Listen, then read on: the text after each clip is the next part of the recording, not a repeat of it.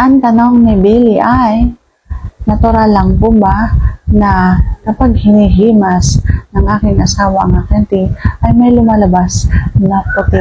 So yun natin pag-usapan for today's video. Interesado ka bang malaman kung ano nga kasagot? Please keep on watching para bago yan. Kung bago ka pa lang sa aking channel, please consider to like this video and subscribe my channel.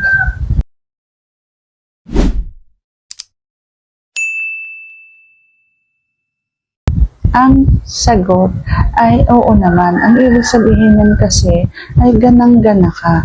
Kapag ka, halimbawa wala pa kayong ginagawa o hindi pa nga hinihimas ng iyong asawa ang iyong tea, kapag ka naisip mo gusto mo na talagang malakpak, kahit wala pang ginagawa dyan, may lalabas at lalabas na agad dyan.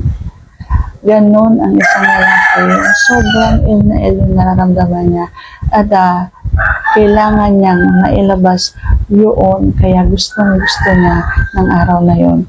Kaya kapag halimbawang nilalabasan ka na ng ganyan, nandun ka na sa punto na gustong gusto na ng umisa, gustong gusto mo nang palakpakin ang iyong kapares. So sana sagot ko na tama ngayong tanong. And if you like this video, please consider to like this video and subscribe my channel.